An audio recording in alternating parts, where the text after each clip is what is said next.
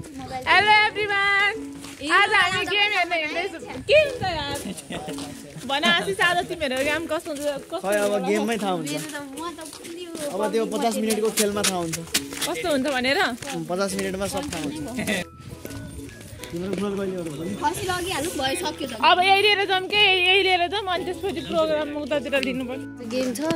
guys हामी game हेर्न मतलब हाम्रो थर्ड ब्याच र फिफ्थ ब्याच हो न आशिष थर्ड ब्याच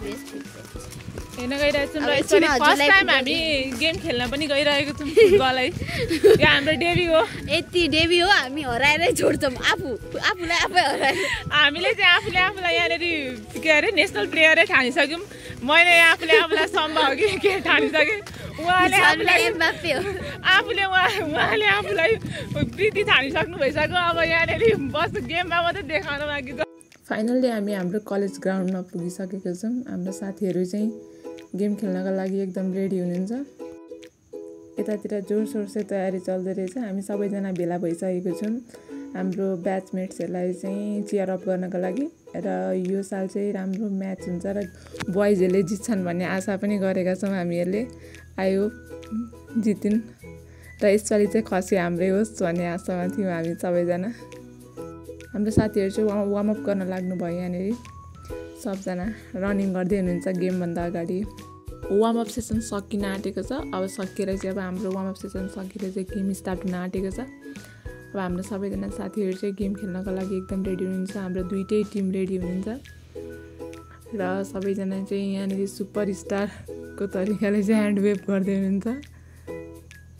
सबैजना खुसी हुनुहुन्छ सबैजना ह्यान्डसेक गर्दै हुनुहुन्छ जे भए पनि स्टार्टिङमा चाहिँ राम्रै भाइब आइरहेको छ जो साथीहरूले गेम जित्नुहुन्छ भन्ने आशा गरेको थियौँ भनौँ न यो धेरै समय अगाडिको भिडियो हालेको थिएन मैले अब यहाँनिर चाहिँ साथीहरूको डिस्कसन भइरहेको छ यति बिना गेम कसरी जित्ने त प्लानिङ त गर्नु पर्यो नि अब हाम्रो गेम सुरु भइसकेको छ दुईटै टिम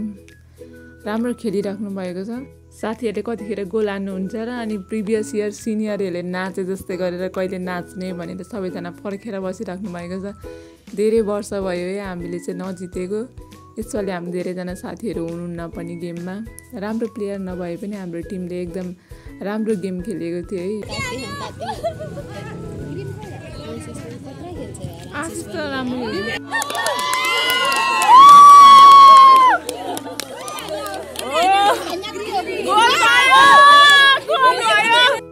यहाँ हाम्रो साथीहरूले गोल गरिसक्नु भएको छ अब सबैजना हामी चाहिँ साथीहरूलाई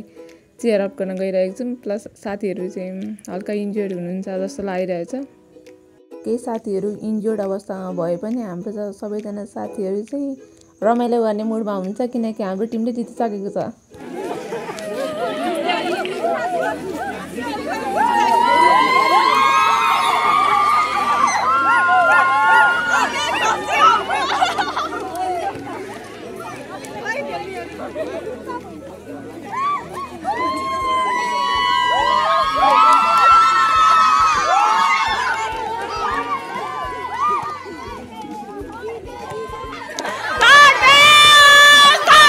फर्स्ट गेम त हामीले जित्यौँ तर हाम्रो ब्याचको खसी जित्ने सपना अनि पिकनिक जाने सपना नै रह्यो